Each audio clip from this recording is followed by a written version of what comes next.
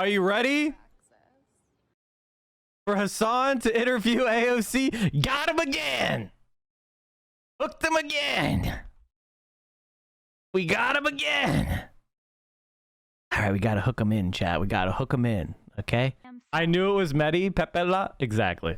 Who better to ask than Congresswoman Alexandria Ocasio-Cortez of New York, a leading member of the House Progressive Caucus. Welcome back to the show, Congresswoman. The vote on the bipartisan infrastructure framework didn't happen on Thursday because your side, the Progressives, stood firm. We're about to start a new week of negotiations. So, question, do you believe both these bills will still pass, or are we at risk of losing both of them? And would that be a price you're willing to pay? Well, I believe that my spouse and I homeschool our kids, and they aren't stupid. I don't think homeschool automatically means bad, but so if you homeschool your children for a variety of good reasons, nobody here is going to disagree with you for that. However, Rick Santorum homeschooling his kids, the guy's a psycho, so it is bad.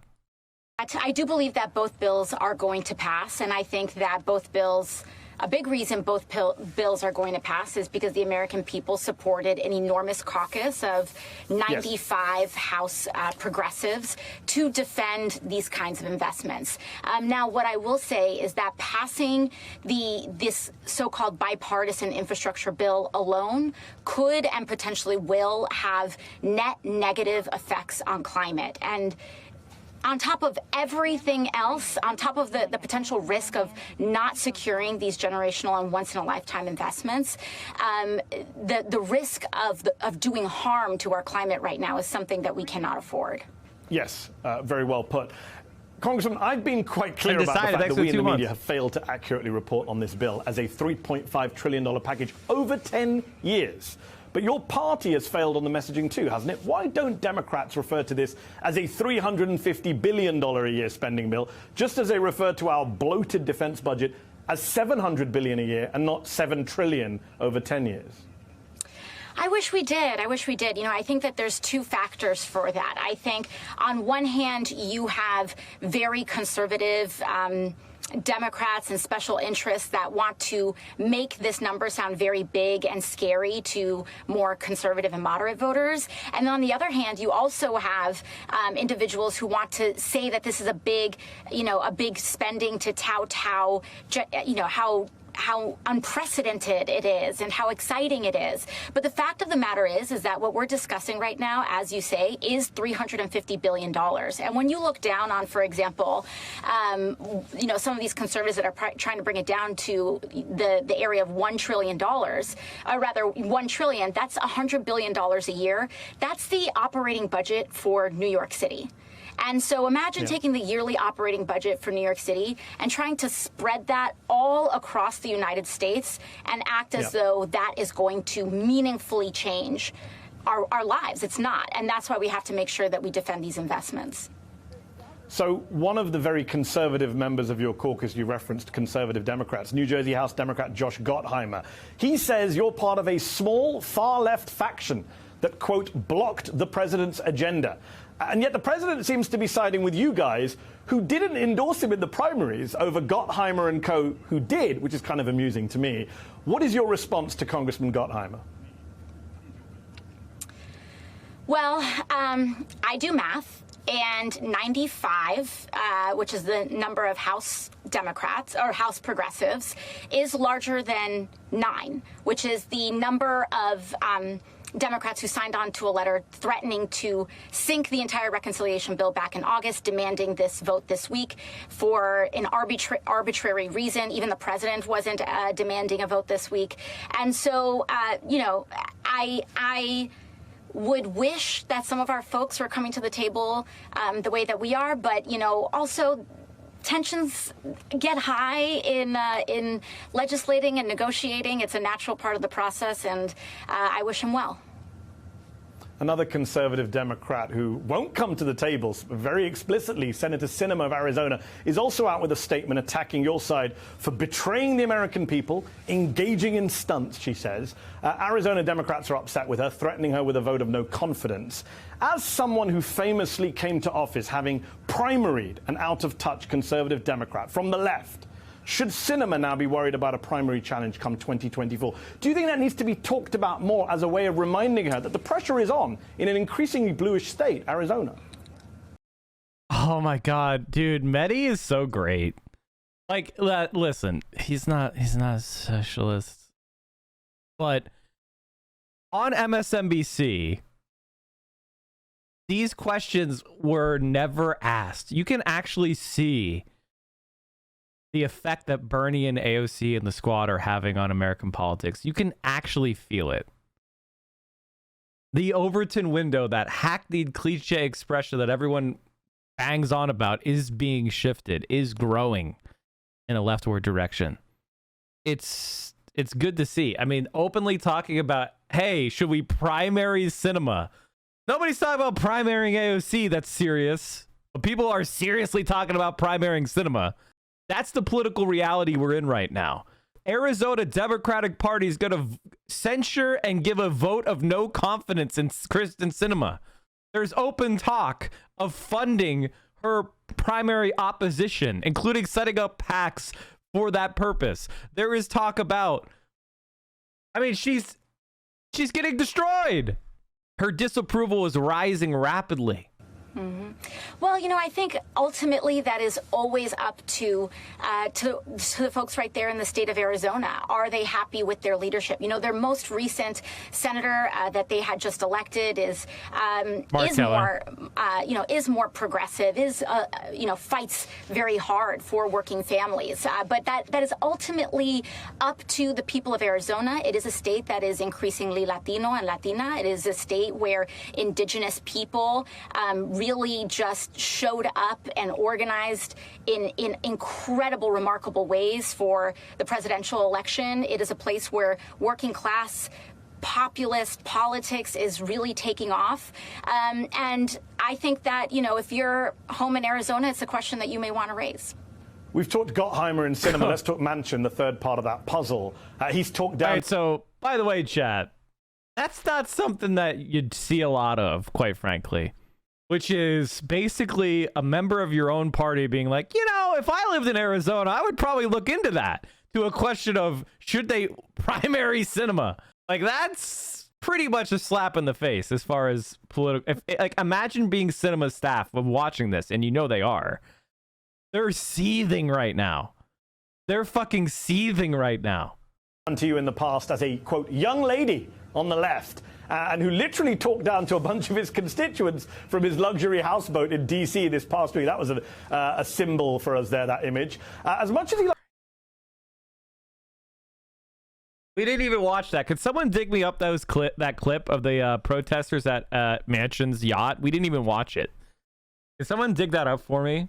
Likes to troll us, though. He's kind of right, isn't he, Congresswoman, when he says Democrats are in this boat because your party didn't elect enough people to Congress in general last November, and especially people with your kind of views. Progressives didn't win enough elections. That's fair, isn't it? Mm-hmm. Yeah, and I think the opposite is fair as well, right? In that you have the frustrations, perhaps on the left, that you have conservatives in the Senate that are blocking things like universal pre-K or free community college or expanding Medicare.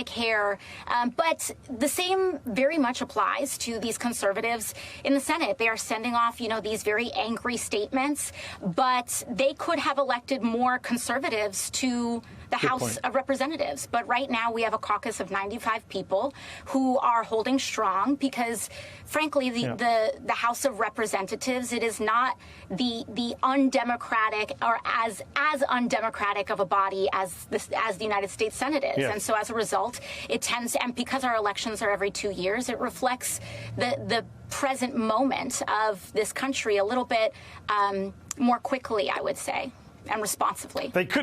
They could have elected a non-left Democrat to the White House. Oh, wait, they did. And he's not on their side. One last quick question before we take a break on this part of the interview. We're going to talk to you after the break as well. One last quick question on this. I hate asking this because I hate this abstract numbers debate. I know you do too. But people are wondering, would you accept less than 3.5 trillion? We're hearing a number like 2 trillion or 2.1 trillion. Is that in the realm of possibility for Alexandria Ocasio-Cortez? Well, you know, getting down to the low twos, that is something that I think, going to be quite difficult. But when it comes to this question of 3.5, there is this matter where we do have these two holdouts in the Senate. This is a conversation for us to have. But again, it doesn't necessarily mean cutting back the scale of these investments. It could mean where we say, okay, perhaps we do a 5-year infrastructure plan instead of a 10-year infrastructure plan. And that's where I think it's important to contextualize this number, because $3 trillion over 10 years is less per year than if we go $3 trillion over 5.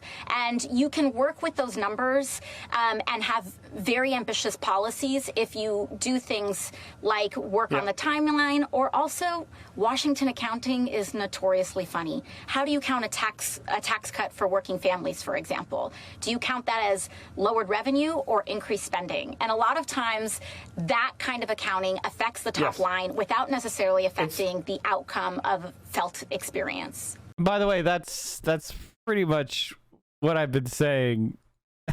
That's what we've been saying for weeks here. Good to see that people are watching the stream and then going on MSNBC. It's a shame that I'm not getting invited any of these places, but hey, it's fine. Spending. And a lot of times that kind of accounting affects the top line without necessarily affecting the outcome of felt experience. Just circling back to the funding debate that we were talking about before the break. Why would you ban this guy? Hold on, we've got a chud. We've got a chud. Okay, they've been here around. This is the thing that I love to see. All right, so they've been here before. Pepela. They want attention. So we're catching. We caught one. Everybody do some chudding in the chat. Okay. AOC is a complete buffoon. Okay, so it seems like every time I put AOC in my title, this guy pops up. You horny, bro? Like, what's going on? Your balls will be the last thing you're concerned about when all is said. Okay, so they came during the AOC dress day. Okay, we were also talking about the ball discourse and the dress discourse. Tucker has exposed the so-called progressives for the con artists they are. I love this guy. We're keeping him. Fucking Tucker Carlson. Tucker Carlson, that self-made man who argued in favor of child marriages between... Oh, God, yeah. We need to build a wall between California and the rest of the U.S. All right. If you like anything about Cardi B, you're a freaking idiot. Okay, first of all, Cardi B is the voice of a generation. The fact that you feel that cussing is necessary to get your point across is quite telling piece. I mean, we're keeping this one, dude. This one's good. Every time I put AOC in my title, this chud shows up. So, dude, she's not going to show you her feed if you keep posting about her on Twitch chats. Holy fucking hell, man. $1 billion to give Israel for its Iron Dome missile defense system, which, to be clear to our viewers, is already fully funded. This was $1 billion. All right, so... Oh, Medhi's gonna bust up AOC on her Iron Dome vote. Uh-oh. AOC's gonna get busted up. See? It was a stupid vote. A present vote was a really dumb vote. A cherry on top. The majority of the squad, Cori Bush, Ilhan Omar, Rashida Tlaib, Ayanna Pressley, voted against it. Jamal Bowman voted for it, and he told me on this show the other night it's because he wanted to represent his diverse constituents. You voted present, despite having criticized other House members in the past. Here we go. Present. I know you put out a statement addressing this, but can you just briefly explain to our viewers on MSNBC tonight why you voted that way? Because I'm sure you know you've come under a lot of criticism for that present vote, including from supporters of yours. Yeah, absolutely. I mean, this was an extremely difficult vote, and I also think it's important that people are educated about the process of this vote. Okay. It was a cowardly move. Just like when Barack Obama was Mr. Voting President when he was in the Illinois legislature as a state senator, he voted present more than anyone else in the entire chamber. It was a cowardly fucking move. It was a Barack Obama style move. You know whether or not you support Iron Dome funding. If you don't, you should vote no. If you do, you should vote yes. Voting present is a coward's move. You're trying to trick both people that support the Iron Dome and people that are against it, to think that you're on their side, when in reality you're on neither side. I vote for politicians to represent me on the issues. Have the courage to pick a side. This was the dumbest, and you look bad. You don't win anybody over. I'm not happy that you didn't vote for the Iron Dome. I should be. I should be happy. I should be able to go to you and say, look at how the squad is finally taking on the third rail of American politics, which is our support for the state of Israel. But instead of me having that opportunity to propagandize in your favor, you fucked me up. Now I have to point this out, that you're being a coward. You screwed me. Democratic leadership decided. I think the dress was positive PR. I think the dress stuff was positive PR on net. Some online lefties get to virtue signal about how they would never go to the Met Gala and they would never party with famous people in order to raise money for an art museum. That's just terrible. And every other normie and wine mom out there loved it. But online leftists got the posture. Normie moms loved it. It was fine. It got our message out. It's not my cup of tea, but who cares? But this is an actual fuck up. Normies don't care about this. Normies have no idea what the Iron Dome vote is. But for leftists, it was a slap in our face. And this is something to actually be mad about. If Maureen Newman can vote against the Iron Dome, you can vote against the Iron Dome. To fast track this funding. So when you want funding for preschool here in the United States, if you want funding for any sort of domestic priority, it must go through what feels like 80 different committee hearings, markups, etc. And here, just casually, $1 billion was fast-tracked, no committee markup. In fact, earlier that week, leadership attempted to kind of slip in an extra $1 billion into routine legislation, and I was part of the Democrats that helped to remove it because this is contentious. Now, what became very difficult during the course of the week was that my district is adjacent to Representative Bowman's, and this began to, frankly, just really become quite contentious in our community, in part due to the disingenuous messaging that both parties were advancing. You are correct in that this funding was in addition to the already fully funded Iron Dome, but Democratic leadership decided to run with the narrative that this was, in fact, to vote against it was to defund the Iron Dome, which sent many of our constituents into a panic. They called this vote, they scheduled the vote 2 hours. They called the vote 2 hours after it was announced that it was scheduled, and that lack of timing create a very volatile environment back in the district. And so it's something that has been obviously very difficult, but the question, that is what happened that day. Congresswoman, the question that a lot of people asked me to ask you this is, was it worth doing present? Because it didn't really satisfy anyone. The supporters of Israel are mad at you for not voting for it. Critics of Israel are mad at you for not voting against it. Do you regret that? You know, it is something that I weigh, because there's always the macro and then there's the micro. And in the macro of narrative, of politics, of national impact, I probably should have just gone with my value. But in the macro, which would be to vote no. But in the micro, I do believe that this created a window in our community to be able to bring all folks to the table, because my great fear is that we are going to import the same sort of contention around this issue, and you can't avoid it. This is such a dumb. This is garbage. This is a politician scrambling. I like AOC a lot, but this is terrible. We, on the skeptical of America's relationship with Israel side of the ledger, are not importing the volatility of the discourse, the toxicity. That is from the other side. All right? The oppressed are not importing the toxicity into this conversation. It's the oppressor and their desire to have no opposition in the U.S. Congress for this.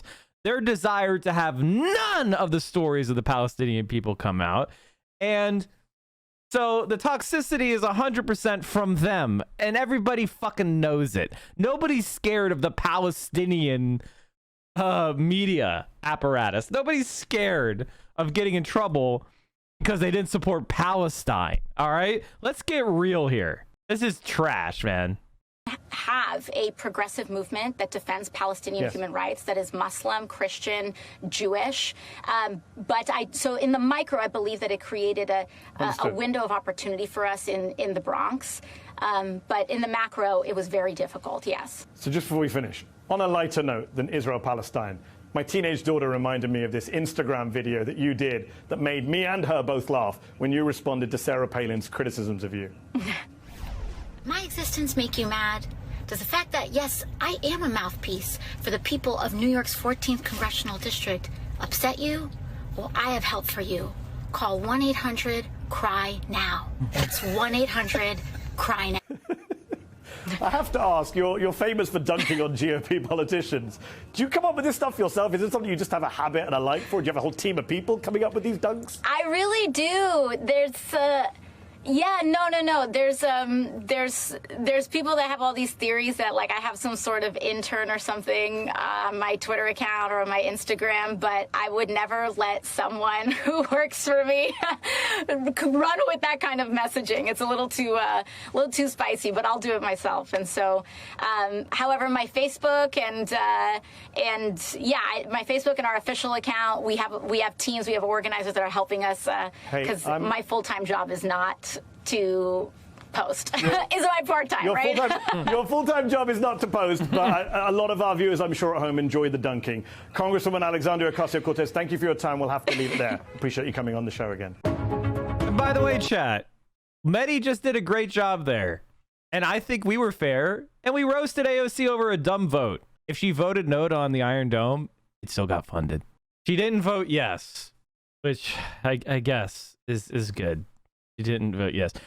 And I'm pissed about it, and I hope, and the next time she's going to vote no. All right? I think she got sufficiently intimidated, but I guess we'll have to see. We'll have to see. And if you're really mad about the Iron Dome voting, Jamal Bowman is the person that we should be ripping apart.